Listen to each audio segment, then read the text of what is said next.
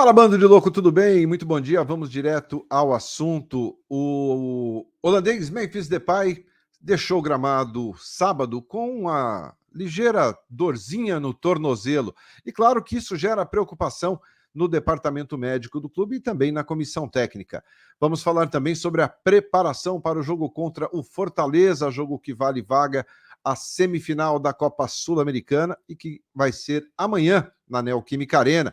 E também, Breno Bidon, cada vez mais sendo elogiado e deve ser titular no jogo de amanhã. Eu sou Ivan Andrade, você está aqui no 12 em Campo, seja muito bem-vindo. Se inscreva aqui no canal e bora falar de Corinthians.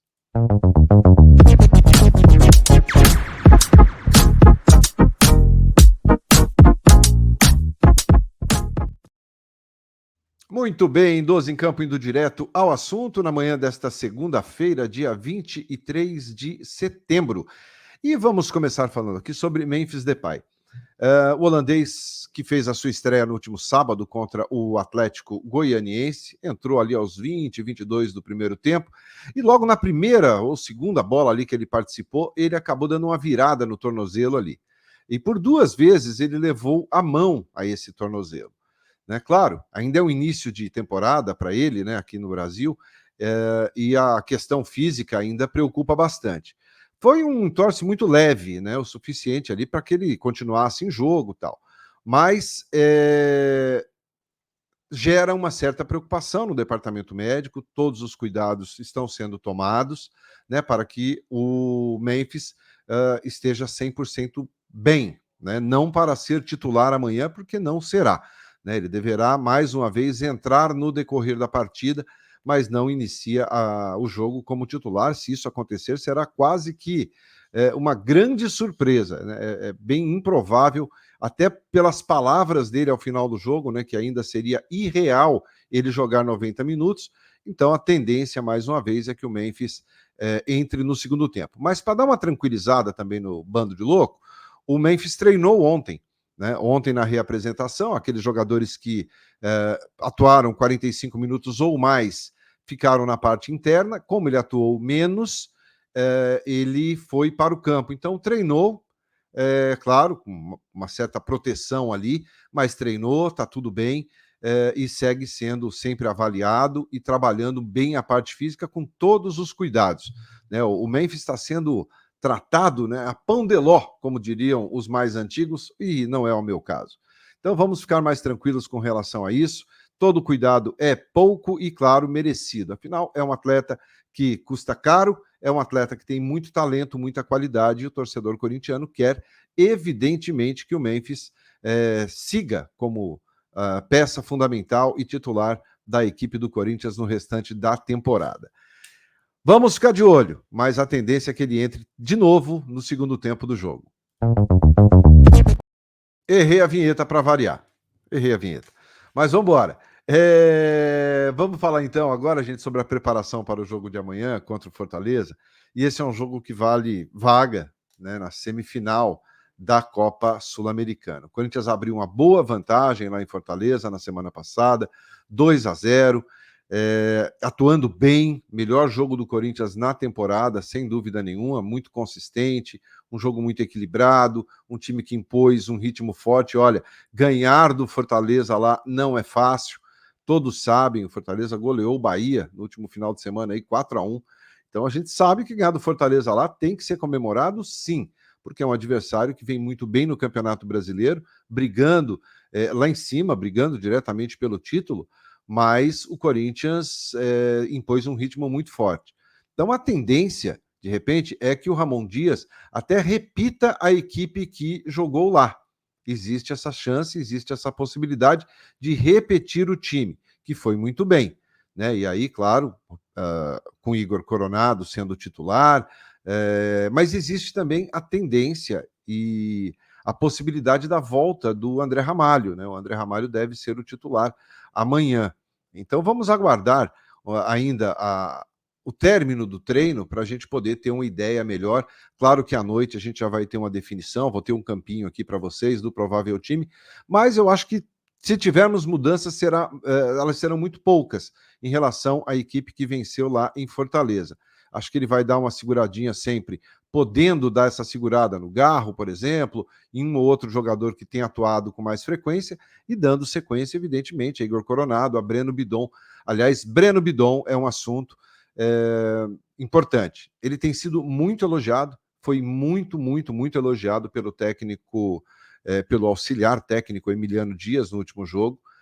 Diz que é um jogador assim, um jogador único, um dos talvez maiores talentos do futebol brasileiro na atualidade.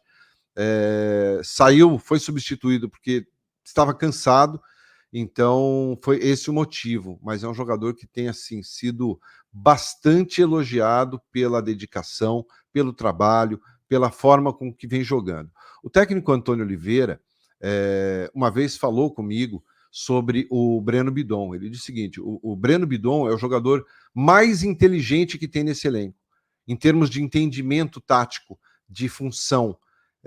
Muitas vezes o jogador nem aparece tanto, né, para o torcedor, mas o Antônio Oliveira me falava sobre isso uma certa vez num café lá no CT. Ele me falou: olha, o Breno Bidon, ele é extremamente inteligente, é um jogador que tem uma capacidade de entender o jogo que é raro.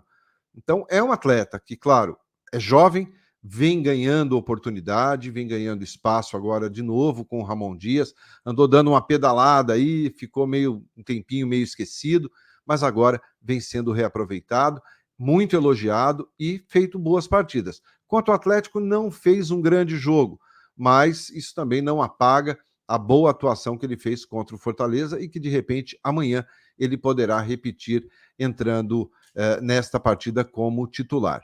E aí, você acha que o Breno Bidon merece uma vaga como titular na equipe? Diz aí. Agora eu acertei a vinheta. O risco de rebaixamento do Corinthians após a rodada deste final de semana diminuiu.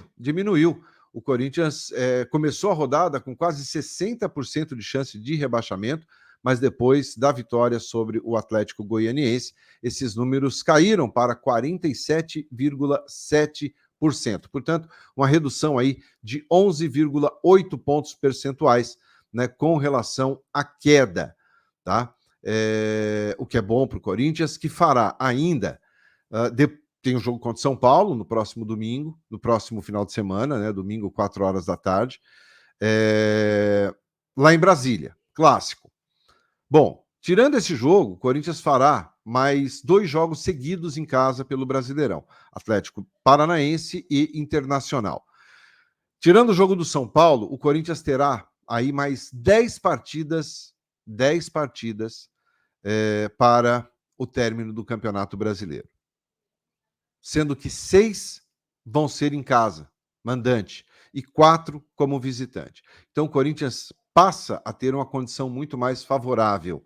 O Corinthians, às vezes, você dá umas pedaladas, né, durante o campeonato, e o Corinthians deu, evidentemente, mas começa a se recuperar no momento também importante, né? Algumas equipes estão caindo de rendimento e o Corinthians crescendo de rendimento.